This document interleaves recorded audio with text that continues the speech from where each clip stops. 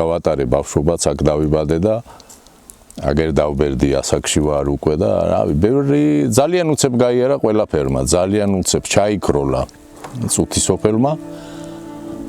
ხო და იყო ძალიან ბევრი რამე კარგი, ბევრი ხალხი იყო, იშრომეთ, ვიწვალეთ. და ცუდი ეხლა ის არის, რომ კი გზა გაკეთდა ყველაფერი, მაგრამ ხალხი აღარ არის. და აი ხმაური აღარ ცხოვრება აღარ არის. და დაცული ლანდშაფტი ეხლა რას ნიშნავს? ესე იგი, რომ ყველანაირად დაცულია და მდიდარია, ხო? აი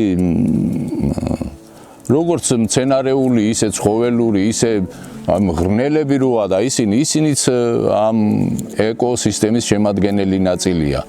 ხო და ტურისტულად უფრო მიმზიდველი იქნება. აუცილებლად უფრო მიმზიდველი იქნება და ძალიან უნიკალური მხარე გვაქვს რა ერთი სიტყვით მაგ მხრივ. უბრალოდ ხელი შეწყობა უნდა, აი დაცვა უნდა, მეტი არაფერი. დაცვა რა თქმა უნდა კარგია. შენახვა უნდა ყველაფერს, დღესაც, იმასაც, მომავალი თაობებისთვის, ეკოლოგიას, ბუნებას დაცვა უნდა, ამისთანაც დალოცვილი მხარე და კუთხე გვაქვს და ყველაფერი. ბუნება რო შეინახება, ალბათ ბოლოს და ბოლოს ვიღაცა ხალხი იცხოვრებს ეს. მდინარეში თევზი უნდა იყოს, ტყეში ცხოველი და ნადირი უნდა იყოს.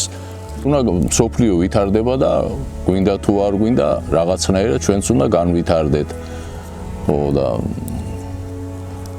ტურისტი რო ბევრი შემოვა და მიმზიდველი რო იქნება ვიღაცისთვის, ახლა ადგილობრივ მაცხოვრებელს ექნება რაღაც საშუალება რო თავისი თუ რამე აქ რეალიზება, ან სახლი გააკირაოს, ან პროდუქტით მოამარაგოს, ან რაღაცა და ეს უკვე შემოსავლის წყარო იქნება და ეს ჩემი სიტყვები არ არის, ფოლკნერის სიტყვებია.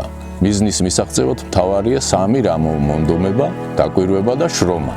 ბუნება პირველ რიგში, ბუნება ხდის განსაკუთრებულს, ეს ღმერთის ნაბოძები რაც არის. ჩვენი წვლილი არა ნულია. დაცვა ჩვენი მოვალეობა.